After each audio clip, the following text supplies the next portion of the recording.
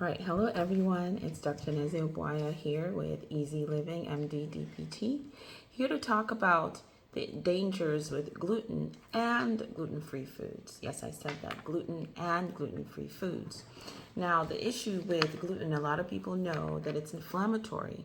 And a lot of the reasons for that, especially here in the US, is how wheat is processed, how a lot of it is heavily sprayed with pesticides, herbicides, and especially the infamous glyphosate that has been proven to cause all sorts of issues to the body, the DNA, inflammation.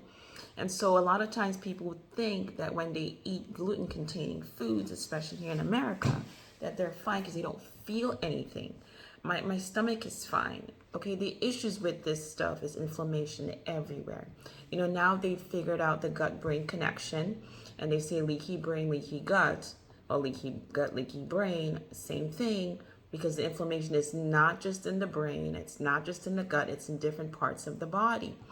Once the body is inflamed, it just takes a matter of time before a particular organ or an organ system starts to have an issue. Guess what? No one's going to say, yeah, your body has inflammation because this might be going on. Well, some people might. People that in my line of work with what I do in clinic would think about stuff like that. So that's the problem with the gluten and grains in general. And so with the way that's grown here in America, like I have been to places like Belize and Jamaica, and I know because I asked, about things like that. And for those of you here that have other people taking care of your lawn other than you, I challenge you to go talk to these lawn people helping with cutting the lawns and ask them to show you the containers they use to spray on the grass and for weeds. And I did that the other day with this new guy that came to help us out. And he said, it's not the bad one. He's sure. We checked the name. It wasn't. But the main ingredient, when we read the chemical name, said glyphosate. And he was like shocked. And I had warned a previous lawn guy about it. And he ended up dying from colon cancer. Now, it could be a lot of other things going on. But I will say, in many other countries that have banned this, and some of them did sue the company, they did find that it did create things like colon cancer for some of their farmers and other people. And that's why they won the lawsuit against the company. And that's why it's banned in some places, but it's used here like there's nothing going on. So just be aware of that when you just make a decision to use it because you don't feel like anything's happening for you. You don't have to feel like anything's happening for you, okay? Because it'll be compounded at some point, in addition to all the other stuff that's already going on in our bodies. Now, the issue with gluten-free foods is that a lot of times when people want to convert to gluten-free, they end up using things that are very heavy with simple carbohydrates and still processed carbs. And what it does is it hikes up the blood sugar in the body. And we know the high blood sugar creates all sorts of issues in the body, including some inflammation, including working on your nervous system, including getting more prone to things like diabetes, okay? All sorts of issues, including growing the wrong kind of bacteria in the body, and that has its own issues too.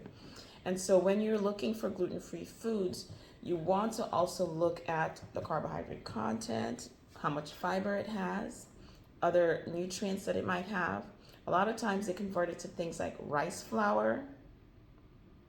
They convert it to things like potato starch, tapioca flour, okay? And so you want to check those things. And it's not that they're bad, but the proportion that they have to put in there ends up being pretty large. You see things of carbohydrate content 20-something grams, 40-something grams, 50-something grams. And no one's really monitoring that when you take it. They just say, oh, gluten-free, and they're excited. My mom ran into that the other day, and she called me. It's like, she found this gluten-free stuff, and she's excited. I said, could you show it to me right there at the grocery store? And I was like, whoop, take that back. Okay? So that's something that you need to check. And a lot of times, people assume that all oats, I know, people love oats, oat milk, all that beautiful stuff. They assume oats do not have gluten. The problem is a lot of oats are processed in facilities that have these gluten stuff going on. and they're grown in that same area. So a lot of them will also have a lot of those pesticide sprays on them. But if it's processed in a facility that has gluten, it is automatically contaminated. So when you're getting oats, especially if you don't want, the instant oats are also highly processed, so you would want less processed oats. But if you look at a container when you buy oats or even oat milk, you want to see things like not processed in a facility that has, gluten, wheat, or whatever, because sometimes they'll actually say processed in a facility that also processes gluten, soy, all that type of stuff. Then you know automatically that that just has it. Now, if that it doesn't say anything at all, then it's a 50-50 chance, because the ones that do will certify gluten-free and say it is not processed in a place that also processes gluten. So just be aware of those caveats when you're out there going for gluten and gluten-free foods. And if you're anything like me, sometimes you can try to head out of the country or get some products from out there because they're cleaner anyway.